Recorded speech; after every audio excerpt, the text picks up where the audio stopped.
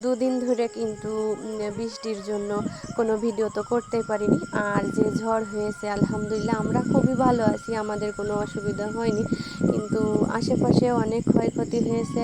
আর net ছিল না, current ছিল না, এই জন্য তো খবরও ভালো দেখতে পারিনি। তো আজ বিকালের পরে কারেন্ট এসেছে, তো দেখছি তো অনেক ক্ষতি হয়েছে। তো সেই তুলনায় আলহামদুলিল্লাহ আমরা তো অনেক ভালো আছি, আল্লাহর কাছে হাজার শুকরিয়া। তো সবার জন্য দোয়া রইল, আল্লাহ সবাইকে ভালো রাখুক। আর যে সমস্ত ক্ষয়ক্ষতি হয়েছে আল্লাহ সবাইকে ধৈর্য ধারণ করার তৌফিক দিক। আসসালামু আলাইকুম, আমি তানিয়া মহেশপুর থেকে বলছি, কাছে থেকে দূরে, দেশ এবং দেশের বাহিরে যে যেখান থেকে ভিডিওটি দেখছেন, আশা করি সবাই ভালো আছেন। আল্লাহর অশেষ রহমতে আমরাও বেশ ভালো আছি আলহামদুলিল্লাহ। তো চলে আসলাম আরেকটু নতুন ভিডিও নিয়ে, আশা করি সবাই ভালো লাগবে। প্লিজ কেউ স্কিপ করে দেখবেন না। আর শুরুতে একটা কথা বলি, প্লিজ একটা লাইক দিয়ে আমার ভিডিওটি কন্টিনিউ করবেন। আর যেসব ভাইয়া ও আপুরা আজ আমার চ্যানেলে নতুন এসেছেন, প্লিজ আমার চ্যানেলটি সাবস্ক্রাইব করে আমার পাশে থেকে যাবেন। আর যারা অলরেডি কাজটি করে ফেলেছেন তাদেরকে জানাই অসংখ্য ধন্যবাদ। তো ঝড়ের পরে বাড়িঘর তো কেমন নোংরা হয়ে থাকে, তো সবাই তো জানেন। আর গ্রামের আপুরা তো ভালো করেই জানেন, ঘর দুয়ার বাইরের উঠান সব পাতা চোতায় ভরা থাকে, আর ঘরে তো কাদা থাকেই। তো সে সমস্ত কিন্তু আমি সকাল করে সব গুছিয়ে নিয়েছি, সেগুলো আর ক্যামেরার সামনে আনেনি। আর আমার ছেলেটার শরীরটাও বেশি ভালো না, হঠাৎ করে বমি আর বাথরুম হচ্ছে, এই জন্য কাজ করেও কোনো গুছিয়ে উঠতে পারছি না। তো সকালে সব কাজগুলো গুছিয়ে তারপরে আব্দুর রহমানকে ঘুম পাড়িয়ে দিয়ে রান্না করতে চলে এসেছি। তো আজ বাজারের দিন, আব্দুর রহমানের বাবাকে কিন্তু বাজার করতে দেয়নি। এই 4 দিন পরে তো আবার বাজার, তো ভাবলাম ঝাল পেঁয়াজ রসুন যাই হোক মোটামুটি আছে আলহামদুলিল্লাহ, সবজিটা আশেপাশে শাক সবজি দিয়ে চালিয়ে দিব, আর মাছ আছে এই দিয়ে চালিয়ে দিব। বাজারটা করতে গেলে এখন সর্বনিম্ন 500 টাকা তো লাগবেই। তো এখন যেভাবে অভাবে দিন যাচ্ছে, তো এখন একটা দিন সেভ করা মানে কি, এই জন্য কিন্তু আমি সেই ভেবে ওকে বাজারটা করতে দেয়নি। সকালে উঠেই শাকটা তুলে নিয়েছি, যেহেতু আমি ওখানে লাল শাক বুনেছিলাম আমার ঘরের পেছনে, তো আল্লাহর দানের শাক তো আছেই, হরেক রকম শাক হয়েছে। তো সেসব কিন্তু তুলে নিয়েছি, নিয়ে এই যে এখন ভাজি করে নিচ্ছি। আর রান্না করব পটল দিয়ে মাছ দিয়ে। শ্বশুর আব্বারা মাছ ধরেছিল, তো যেভাবে মাছে রাখতে চেয়েছিলাম সেভাবে রাখতে পারিনি।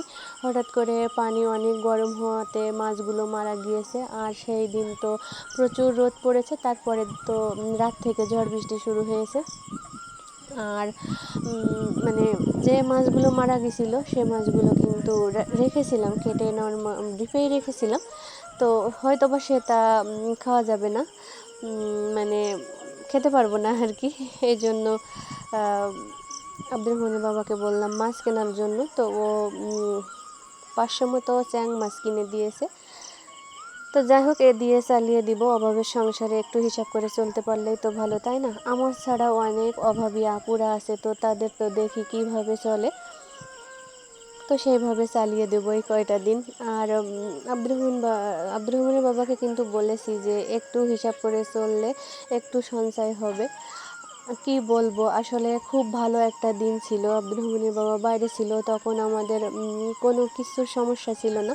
হঠাৎ করে এই যে বিপদে পড়ে গেলাম, বিশ্বাস করে টাকা দিয়েছিলাম আবার বাইরে যাওয়ার জন্য, তো সেই টাকাটা আমার মার দিয়েছে।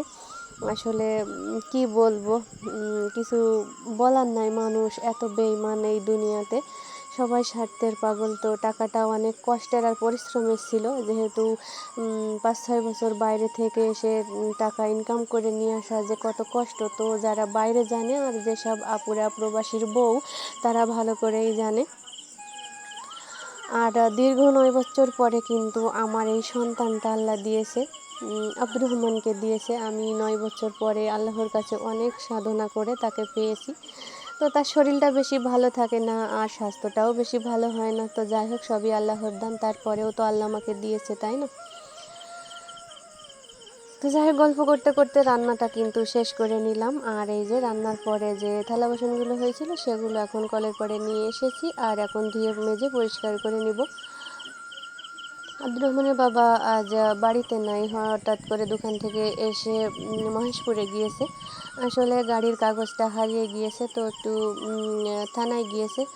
আর কিছুদিন পরে, দুদিন পরে গোপালগঞ্জে যাবে। তো গাড়ি যদি রাস্তায় ধরে তো সমস্যা হতেই পারে। এই জন্য বললাম তুমি থানা থেকে ঘুরে এসো, তাইলে হয়তো বা গাড়ি যখন ধরবে কাগজ দেখালে কোনো সমস্যা হবে না।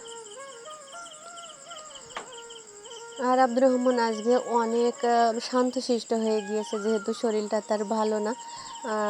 স্যালাইনের পানি খাইয়েছি, কিন্তু সে তো খেতে চায় না, এক ঢোক মতো খেয়েছে। তো যাই হোক, সবাই আমার ছেলেটার জন্য দোয়া করবেন, আর আমাদের জন্য একটু দোয়া করবেন। আসলে কখন কার দোয়া কবুল হয় কেউ বলতে পারে না। আল্লাহ যেন আমার কষ্টের টাকাটা দিয়ে দেয়। এই যে বৃহস্পতিবার একটা দিন আছে টাকাটা পাওয়ার। যে মহিলার কাছে দিয়েছিলাম, মানে ওনার হাজব্যান্ড টাকাটা নিয়েছে, আর ওর অ্যাকাউন্টে আমরা দিয়েছিলাম। তো সেই সূত্রে আমরা কোর্টে একটা কেস দিয়েছিলাম।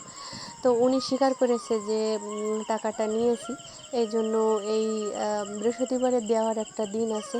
আল্লাহ পাক যেন তাকে হিদায়ত দিক, আর টাকাটা আমার দিয়ে দিক, আর তার সন্তানদের নিয়ে সে ভালো থাকুক।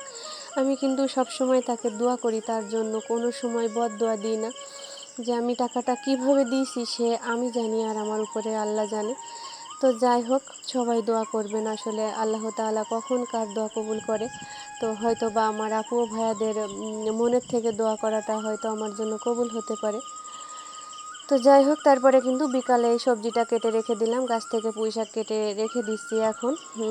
কালকে আব্দুর রহমানের দাদি বাড়িতে থাকতে চাচ্ছে না, আর সেহেতু কিন্তু আমার ছেলেটা আমার কাছে সবসময় থাকবে, আর কাজ করতে আমার একটু অসুবিধা হবে।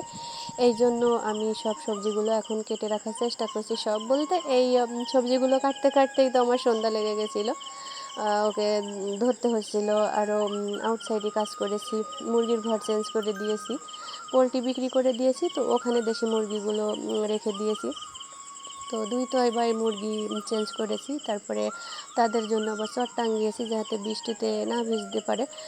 যে ঝড় আর বাতাস হচ্ছে, পানি হচ্ছে, তো সে সব কিছুই তো ভিজে যাচ্ছে। তো যাই হোক, আমি কিন্তু তো মানে সবজিটা এখন কেটে নর্মালে রেখে দিয়েছি। আর তারপরে এখানে আমার শাশুড়ি আম্মারা গল্প করছিল, আর এই যে আমার ভাগ্নের মাথার বালিশে তুলা ভরে নিচ্ছিল। আর এই তুলা তো আমাদের গাছেরই তুলা, বড় বড় তুলা হয়, এই তুলা গাছে কোনো কাটা হয় না। আর এই যে একটা করে বীজ বেছে নিচ্ছিল, আর আমার ননদ তো ওখানে দাঁড়িয়েই ছিল।